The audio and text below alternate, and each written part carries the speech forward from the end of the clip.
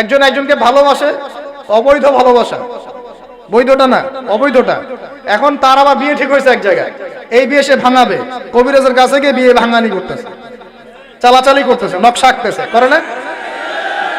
স্বামী স্ত্রীর কথা শোনে না, স্ত্রী চলে গেছে কবিরাজের কাছে, গিয়ে বলছে আমার স্বামী আমার কথা শোনে না, তাবিজ করবো, তাবিজ দেন।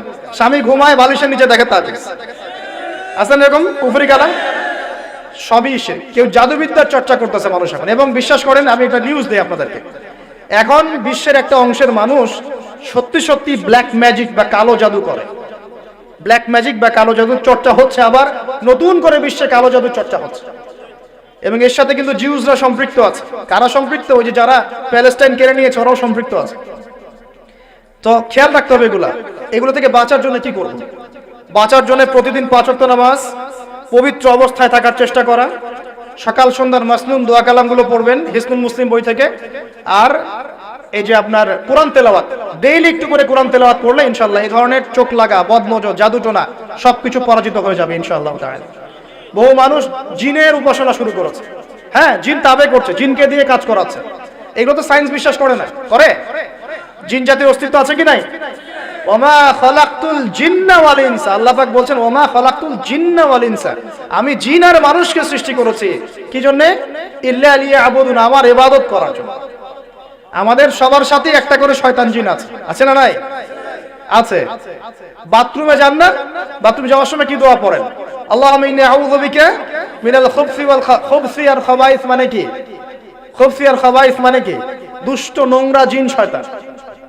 তো সুলাইমান আলাইহিস সালামের যুগ থেকে জাদুবিদ্যার চর্চা চলে আসছে, এবং আমাদের নবী মুহাম্মদ সাল্লাল্লাহু আলাইহি ওয়াসাল্লামকেও কিন্তু জাদু করা হয়েছিল, জানেন না? আমাদের নবী সাল্লাল্লাহু আলাইহি ওয়াসাল্লামের মাথার চুল মোবারককে নিয়ে জাদু করেছিল এক ইহুদি মহিলা, ঠিক আছে?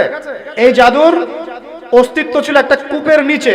আলী রাদিয়াল্লাহু আনহু গিয়ে সেটাকে খুঁজে বের করেন, রাসূল সাল্লাল্লাহু আলাইহি ওয়াসাল্লামের সামনে ওটা ধ্বংস করে দেওয়া হয়। এরপরে এই সময় নাজিল হয় কুল আউযু বিরাব্বিল ফালাক মিন শাররি মা খালাক ওয়া মিন শাররি গাসিকিন ইযা ওয়াকাব ওয়া মিন শাররিন নাফাসাতি ফিল উকাদ। এটা হচ্ছে জাদুর আয়াত। ওয়া মিন শাররিন নাফাসাতি ফিল উকাদ ওয়া মিন শাররি হাসিদিন ইযা হাসাদ। এবার নাজিল হয় কুল আউযু বিরাব্বিন নাস মালিকিন নাস ইলাহিন নাস মিন শাররিল ওয়াসওয়াসিল খান্নাস আল্লাযী ইউওয়াসওয়িসু ফি সুদুরিন নাস মিনাল জিন্নাতি ওয়ান নাস। এই সূরা দুটো নাজিল হয় এই ঘটনার প্রেক্ষিতেই। আমরা তো শানে নজুল অনেকে জানি না। তো এগুলো এখন শিরকি আকীদা আমাদের সমাজে চলছে। আবার একটা কি, কথার মধ্যে শিরক চলছে। কথা আমরা বলছি আমরাই সমস্ত ক্ষমতার অধিকারী, বলছে কি না? এরকম কথা শোনা যায় না? আর তাবারাকাল্লাযী বিয়াদিহিল মুলক মানে কি? বরকতময় সেই সত্তা যার হাতে সমস্ত ক্ষমতা, রাজত্ব। তাবারাকাল্লাযী বিয়াদিহিল মুলক, তিনি বরকতময় সত্তা যার হাতে সমস্ত ক্ষমতা। আমরা বলি লা হাওলা ওয়ালা কুওয়াতা ইল্লা বিল্লাহ, কোনো শক্তি সামর্থ্য নাই কে ছাড়া? আল্লাহ ছাড়া। আর আমরা এদিকে বলছি সমস্ত ক্ষমতা আমাদের হাতে। এটা কি শিরক হচ্ছে না? শিরক হচ্ছে। আমরা বলি, অনেক সময় বলে ফেলি, ভাই কেমন আছেন? হ্যাঁ ভাই, আপনার দোয়ায় ভালো আছে। আপনি কি আমার দোয়ায় ভালো আছেন? আপনাকে বলতে হবে যে আলহামদুলিল্লাহ, আল্লাহর ইচ্ছায় অতঃপর আপনার দোয়ায় ভালো আছে। কথা খুব সাবধানে, আলহামদুলিল্লাহ আল্লাহর ইচ্ছায় এবং অতঃপর আপনার দোয়ায় ভালো আছে। অতঃপর বলতে হবে, অতঃপর, এবং না, অতঃপর। বলছে মা কেমন আছে? ভালো আছে, ডাক্তার ভালো ছিল, না হলে মাকে বাঁচানো যেত না, ব্যাস শিরক হয়ে গেল। বলছে নৌকাটা ডুবে যাচ্ছিল, মাঝি ভালো ছিল, না হলে নৌকা ডুবে যায়। ড্রাইভারটা ভালো ছিল, না হলে রাস্তায় নির্ঘাত অ্যাক্সিডেন্ট হইতো। এইটা কথা আমরা চলতে ফিরতে শিরক করতেছি। এই যে মেয়ে ছেলেরা বল তোমাকে ছাড়া বাঁচবো না, যদি একটা মেয়ের জন্য জীবন দিয়ে দেন তাহলে আল্লাহর জমিনে আপনি আল্লাহর জন্য কি করবেন? তো এই যে অনেক গানও আছে, দেখবেন অনেক গানের লিরিক্স গুলো, ম্যাক্সিমাম গানের লিরিক্সের মধ্যে দেখবেন শিরকি কথা আছে। খেয়াল করে দেখবেন, ম্যাক্সিমাম গানের লিরিক্সের মধ্যে শিরকি কথা আছে। আপনারা একটু খেয়াল করে দেখবেন, অনেক গানের লিরিক্স আছে এগুলো কিন্তু শিরকি কথা, আল্লাহর সাথে দ্রোহিতা হচ্ছে কি না? তো এই কথায় তিনটা ক্ষেত্র বললাম, কথায়, কাজে এবং চিন্তায়। এই তিনটা ক্ষেত্রে মুসলিম সমাজের মধ্যে এখন শিরক বিরাজ করছে। এটা আমাদের উম্মতের সবচেয়ে বড় সমস্যা এখন। আল্লাহ পাক আমাদের সবাইকে শিরক মুক্ত আমল করার তৌফিক এনায়েত করুন, সকলে বলে আমিন। তাহলে কি করতে হবে? আমি কয়েকটা বই পড়ার পরামর্শ দিচ্ছি। কিতাবুত তাওহীদ একটা বই আছে, শিরক সম্পর্কে অনেক বিস্তারিত আলোচনা করা আছে, এটা পড়তে পারেন। তারপরে কোরআন সুন্নাহর আলোকে ইসলামী আকীদা একটা বই আছে, এটা পড়তে পারেন, আকীদা তাহাবিয়াটা পড়তে পারেন। আর শিরক সম্পর্কে আরো অনেক বইপত্র বাজারে বের হয়েছে, শিরক কি ও কেন ইত্যাদি টাইপের। এগুলো পড়লে আপনি শিরকের ধারণা পাবেন ইনশাআল্লাহ তাআলা। আল্লাহ পাক আমাদের সবাইকে শিরক মুক্ত আমল করার তৌফিক এনায়েত করুন, সকলেই বলি আমিন। আর একটা কথা বলি শিরক সম্পর্কে, সেটা হলো আধুনিক সময়ে কিন্তু নতুন একটা শিরক চালু হয়েছে, এটা শুনে রাখেন। সেটা কি? আল্লাহর যত হালাল আছে এগুলোকে মানুষ হারাম করছে দিন দিন, আর আল্লাহ পাকের হারামগুলোকে হালাল করছে দিন দিন। এটা কিন্তু একটা শিরকি আকীদা, এটাও কিন্তু শিরক, জানেন? ইত্তাখাযু আহবারাহুম ওয়া রুহবানাহুম আরবাবা মিন দুনিল্লাহ, তারা ধর্ম নেতা এবং সমাজ নেতাদেরকে রবের আসনে বসিয়েছিল। এখন আলী ইবনে হাতেম তিনি বলছেন রাদিয়াল্লাহু আনহু যে আমরা তো আমাদের ধর্মনেতা বা সামাজিক নেতাদের তো পূজা করি না। তখন নবী সাল্লাল্লাহু আলাইহি ওয়াসাল্লাম বলছেন তারা কি আল্লাহর হালালকে হারাম করে দেয় না, তোমরা কি তা মেনে নাও না? আবার তারা কি আল্লাহর হারামকে হালাল করে ফেলে না, তোমরা কি তা মেনে নাও না? তখন তিনি বলছেন বেলা ইয়া রাসূলুল্লাহ, এটা তো আমরা করি। তখন নবী সাল্লাল্লাহু আলাইহি ওয়াসাল্লাম বলছেন তিলকা ইবাদাতুহুম, এটাই তো ওদের ইবাদত করা। কেউ যদি আল্লাহর হালালকে হারাম করে আর আমরা তা মেনে নেই, আমরা ওদের ইবাদত করছি। কেউ যদি আল্লাহর হারামকে হালাল করে নেয়, হালালকে হারাম করে নেয়, আমরা তার কথা মেনে নেই, তাহলে আমরা তার ইবাদত করছি। আল্লাহ পাক আমাদেরকে এই ধরনের শিরক থেকে বাঁচার তৌফিক দান করুন। আরেকটা সমস্যা বলে শেষ করছি, উম্মার মানে দুর্দশার অন্যতম একটা কারণ, সেটা হলো বেদাত। এটুক বলে একটু বসেন, 10 মিনিট সময় নেব, এটা একটা ইম্পর্টেন্ট টপিক, এটা একটু বুঝতে হবে, খুব ইম্পর্টেন্ট। এই কারণে উম্মার মধ্যে অনেক ফাসাদ সৃষ্টি হয়েছে, ফিতনা সৃষ্টি হয়েছে, এবং মানুষ নবীর সুন্নত থেকে মুখ ফিরিয়ে এখন সব বেদাতি আমল করা শুরু করেছে। আর এই বেদাতগুলোকে মানুষ সামাজিকতা বলে চালিয়ে দেওয়ার চেষ্টা করছে। খুব খেয়াল রাখেন, নবী সাল্লাল্লাহু আলাইহি ওয়াসাল্লামের সুন্নাহ মানে আল্লাহ পাক কোরআন নাজিল করেছেন, তার রাসূলের হাদিস আছে আমাদের সামনে। কোরআন এবং হাদিস নবী যেভাবে আমল করেছে আমরা সেভাবে আমল করি, এর নাম সুন্নাহ। সাহাবায়ে কেরাম রাদিয়াল্লাহু আনহুম যেভাবে করেছেন আমরা সেটা করি, এর নাম সুন্নাহ। মানে নবী সাল্লাল্লাহু আলাইহি ওয়াসাল্লাম বলছেন মাই ইয়াইশ মিনকুম বা'দি, তোমাদের মধ্যে আমার পরে যারা বেঁচে থাকবে, ফাসায়ারা ইখতিলাফান কাসীরা, তোমাদের মধ্যে যারা বেঁচে থাকবে আমার পর তারা দেখবে অনেক ইখতিলাফ চলছে সমাজের মধ্যে। তো আলাইকুম বিসুন্নতি ওয়া সুন্নতি খুলাফায়ে রাশিদিন মাহদিয়িন মিন বা'দি, তখন তোমাদের কাজ হবে আমার সুন্নতকে আঁকড়ে ধরে থাকা এবং আমার হেদায়েত প্রাপ্ত খুলাফায়ে রাশিদা সাহাবায়ে কেরাম তাদের সুন্নতকে আঁকড়ে ধরে থাকা। এই সুন্নতের বাইরে যে কোনো কাজ, যে কোনো আকীদা, যে কোনো মতবাদ, এগুলো সবই বেদাত বলে গণ্য হবে। আল্লাহ পাক আমাদেরকে বোঝার তৌফিক দান করুন। যেমন তাওহীদে থাকতে হবে, শিরক করা যাবে না, ঠিক তেমনি সুন্নতে থাকতে হবে, বেদাত করা যাবে না। সুন্নত কেমন? নবী সাল্লাল্লাহু আলাইহি ওয়াসাল্লাম ঘুমিয়েছেন যেভাবে, সেইভাবে ঘুমাবো সুন্নত। নবীজি ঘুমিয়েছেন, ঘুমানোর আগে ওযু করেছেন, ডান দিকে কাত হয়েছেন, আল্লাহুম্মা বিইসমিকা আমুতু ওয়া আহইয়া বলেছেন, সূরা মুলক তেলাওয়াত করেছেন, পারলে আপনি করবেন। আয়াতুল কুরসি পড়েছেন, সূরা বাকারার শেষের 3টা আয়াত পড়েছেন, হ্যাঁ 33 বার সুবহানাল্লাহ, 33 বার আলহামদুলিল্লাহ, 34 বার আল্লাহু আকবার পড়েছেন, ঘুমিয়ে গেছেন। এখন যদি নবীর সুন্নাহ মতো ঘুমাই, এই ঘুমটাও নেকির কাজ হবে ইনশাআল্লাহ। এখন যদি ঘুমানোর নতুন কোন তরিকা আমি বের করি, তাহলে নবীর সুন্নতের বাইরে বেদাত হয়ে যাবে। বেদাত শব্দের অর্থ হচ্ছে নতুন আবিষ্কার। একটু মনোযোগ দেন প্লিজ, একটু বসেন, এইটুক শেষ করে দিচ্ছি। বেদাত শব্দের অর্থ হচ্ছে নতুন আবিষ্কার। সুন্নাহ মানে যেমন আদর্শ, রীতি, আল্লাহ পাকেরও সুন্নত আছে, নবী সাল্লাল্লাহু আলাইহি ওয়াসাল্লামেরও সুন্নত আছে, আমরা তার সুন্নত মেনে জীবন করব ইনশাআল্লাহ। আল্লাহ পাক তৌফিক দান করুন। ঠিক তাওহীদের বিপরীত যেমন শিরক থাকে, সুন্নতের বিপরীত থাকে কি? বেদাত, মানে নতুন আবিষ্কার। এটাকে দুই ভাগে ভাগ করা যায়, খেয়াল করি একটু আমার দিকে। কয় ভাগে ভাগ করা যায়?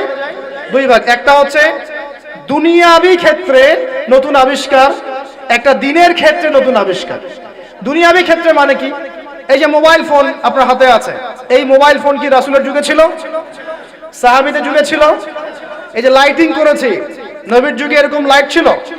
মাইকে কথা বলছি, নবীর যুগে মাইক ছিল? এরোপ্লেন, আমরা এয়ারক্রাফটে সফর করছি, নবীর যুগে এয়ারক্রাফট ছিল?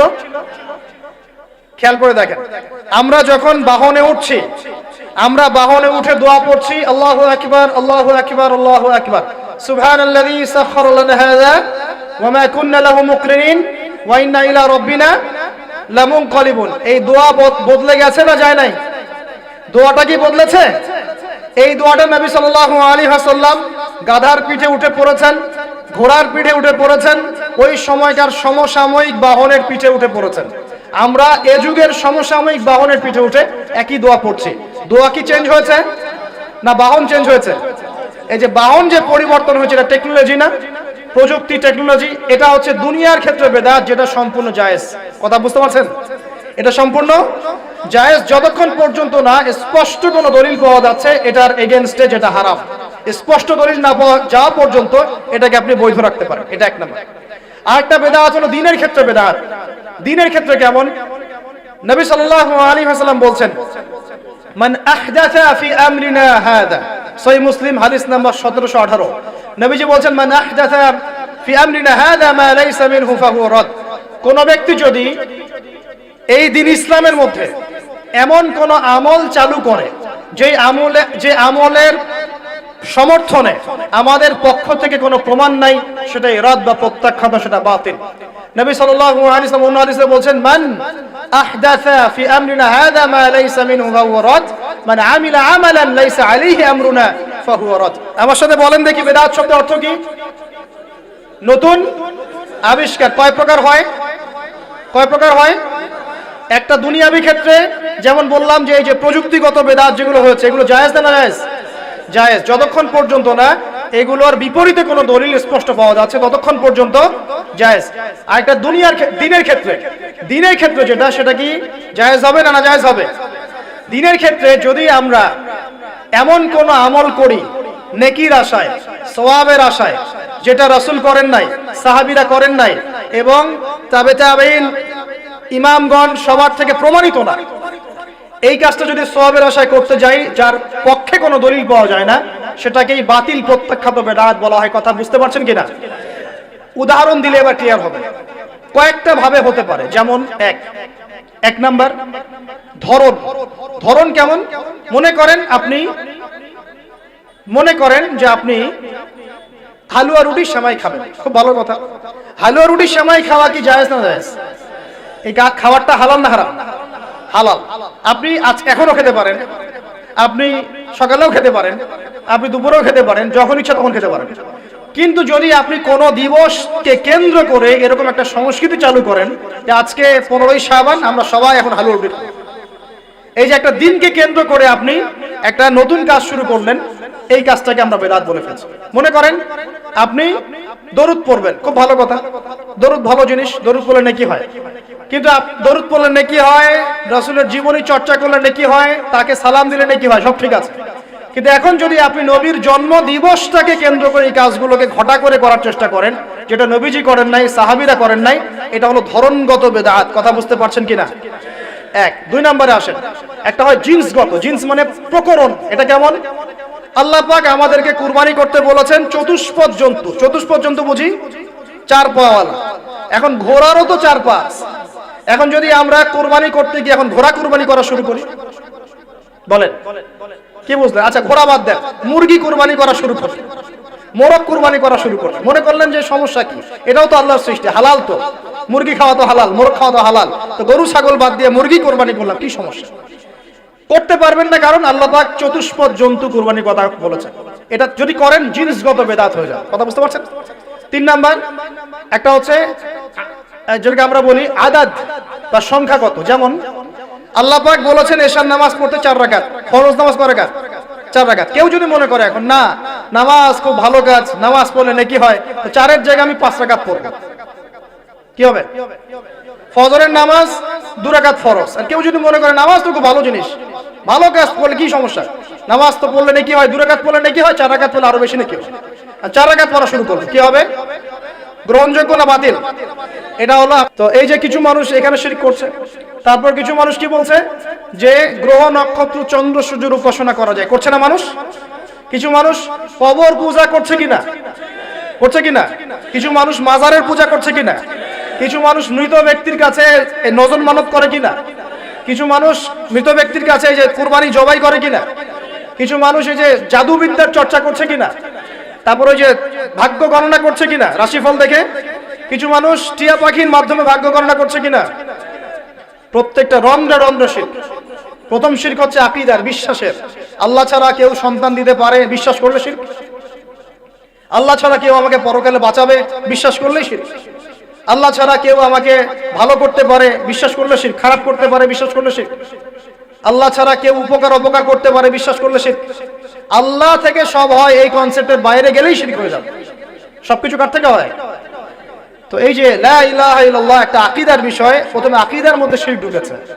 একটা শিরক ঢুকেছে আমলের মধ্যে, আর শিরকু ফিল আমাল, আমলগুলোর মধ্যে। কিরকম? এই যে আল্লাহ বাদ দিয়ে অন্য কাউকে সেজদা করা, আল্লাহ বাদ দিয়ে অন্য কারোর জন্য নজর মানত করা, আল্লাহ বাদ দিয়ে অন্য কারোর জন্য এই যে আপনি কুরবানি করছেন, হ্যাঁ, আল্লাহ ছাড়া অন্য কারোর কাছে দোয়া করছেন, সবই শিরক। এই যে আপনি হাতের মধ্যে একটা বালা পরে আছে, বালাটা খুলতে বললে খোলেন না। কেন খোলেন না? আপনার ধারণা এটা খুলে ফেললে আপনার ক্ষতি হবে, রোগ আর ভালো হবে না। এই যে আকীদা, শিরকি আকীদা, শিরকি আকীদা, টাটকা শিরকি আকীদা। যদি মনে করেন যে এটা খুললে, এই যে আংটি একটা পরেছেন মনে করেন, এই নিয়াতে পরে থাকেন যে এই আংটি পরার পরে আমার রোগ ভালো হবে, টাটকা শিরক এটা। এমনি যদি পরেন সৌন্দর্য বর্ধনের জন্য পরেছি, কোনো সমস্যা নেই, ইন্নামাল আমালু বিন্নিয়াত। কিন্তু যদি এই নিয়াতে পরেন এই আংটিটা পরলে আমার রোগটা ভালো হবে, খুললে আর রোগ ভালো হবে না, ব্যাস শিরক হয়ে গেছে। তারপরে বিয়ে হচ্ছে না, তাবিজ করতেছে, তাবিজ করলে বিয়ে হবে, শিরক হয়ে গেল। আবার